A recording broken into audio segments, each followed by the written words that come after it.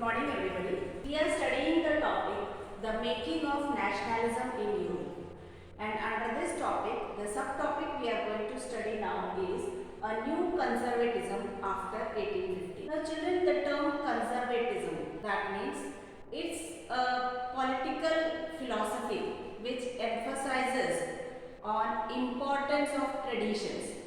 They wanted to establish the customs, the institutions which were already present in Europe. In another sense, we can say that conservatives are those people who wanted to retain monarchy in the country, because according to them, monarchy means that is their custom, that is their tradition. Now we have studied that during the French Revolution, this system of conservatism was criticized, or the people did not want monarchical form of government, and so that's why French Revolution occurred and a new form of government was set up in France, and the revolutionaries were called as liberals or liberal nationalists. Now in French Revolution we have studied that after the National Assembly and then convention and then other forms of government, Napoleon became the ruler.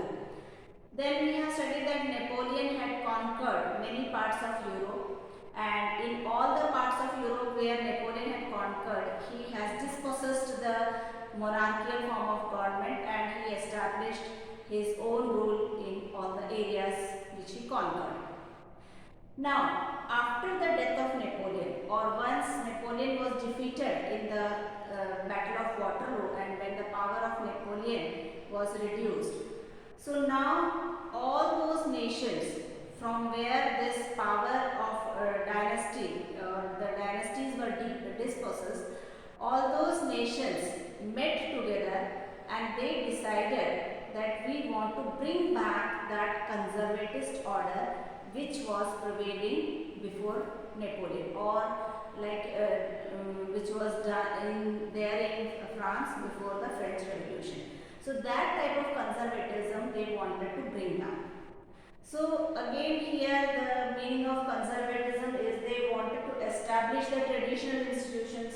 They wanted that the old society, the old kind of state should be preserved. So that was most of the countries wanted this conservatism to be the form of government after the Napoleonic War.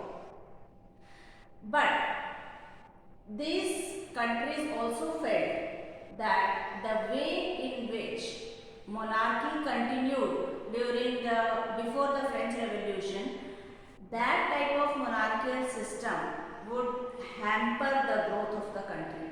So they understood that the monarchical form of government which was followed in pre-revolutionary years, that should not continue. They wanted to bring some changes in the monarchical form of government or in the conservatist order. So the changes which they wanted to introduce was some kind of modernization. So they wanted to modernize the army. They wanted an efficient bureaucracy. Bureaucracy means those top category people who rule the country, who administer the country. So they want that an efficient bureaucracy should be there. They wanted a dynamic economy. That means they want that the trade should flourish and in the country there should be enough income. They also wanted an end to feudalism and serfdom. So before the French Revolution in France and in many other nations, this serfdom and feudalism was continuing, which was one of the features of monarchy. So that was not to be continued after the Napoleonic Wars. So to draw up all these, the neighboring countries of France like Russia, Prussia, Austria and Britain, they all met together to draw up a new constitution or to draw up a new conservative order in Europe. So these all nations met together at a place called Vienna, which is the capital of Austria, and this meeting, the leader of this meeting or the architect of this meeting was Duke Metternich, who was the Chancellor of Austria. And they all met in 1815 in Austria, and this is called as, and they draw up a treaty which is called as Treaty of Vienna. Now the main aim of this Treaty of Vienna was to undo the changes that came up during the Napoleonic Wars. That means that whatever Napoleon has done in these countries, they wanted to change that. So for that this Treaty of Vienna was held. Now one of the main changes done by Treaty of Vienna was that in France the monarchical system was restored.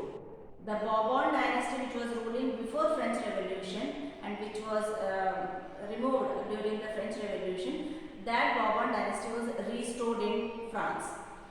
But since it was Napoleon who belonged to France and who conquered the neighboring areas, so to stop further expansion by France, there were certain boundaries were made in France so that France cannot extend to other countries. So the northern part of France was given to Netherlands, then southern part was taken by Genoa, which was added to Piedmont, then Prussia took the western territories, eastern part was taken by Russia and Russia was given the part of Poland. So in this way boundaries were set up in France so that France will not expand, and this was done to create a new conservative order in Europe, and in everywhere in Europe new conservatism or new form of monarchy was introduced. Now in all the nations where this monarchy was restored or the conservative order came, all these nations there was autocracy. Autocracy means where the ruler will rule without any limitations on his power. He can do whatever he wants.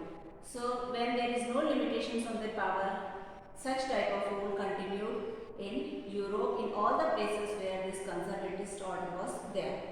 Now these conservatives did not tolerate criticism, they did not tolerate dissent, they imposed censorship.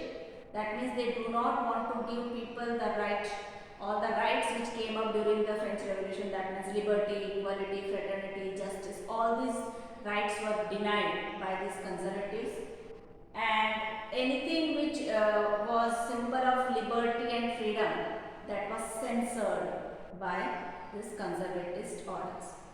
So though after Treaty of Vienna again a conservative order came in Europe, but the people did not forget the legacy of the French Revolution. So the ideas which inspired the French Revolution was still there in the minds of the European people. And so the demand for freedom, especially for the freedom of press, continued during the time of conservative order.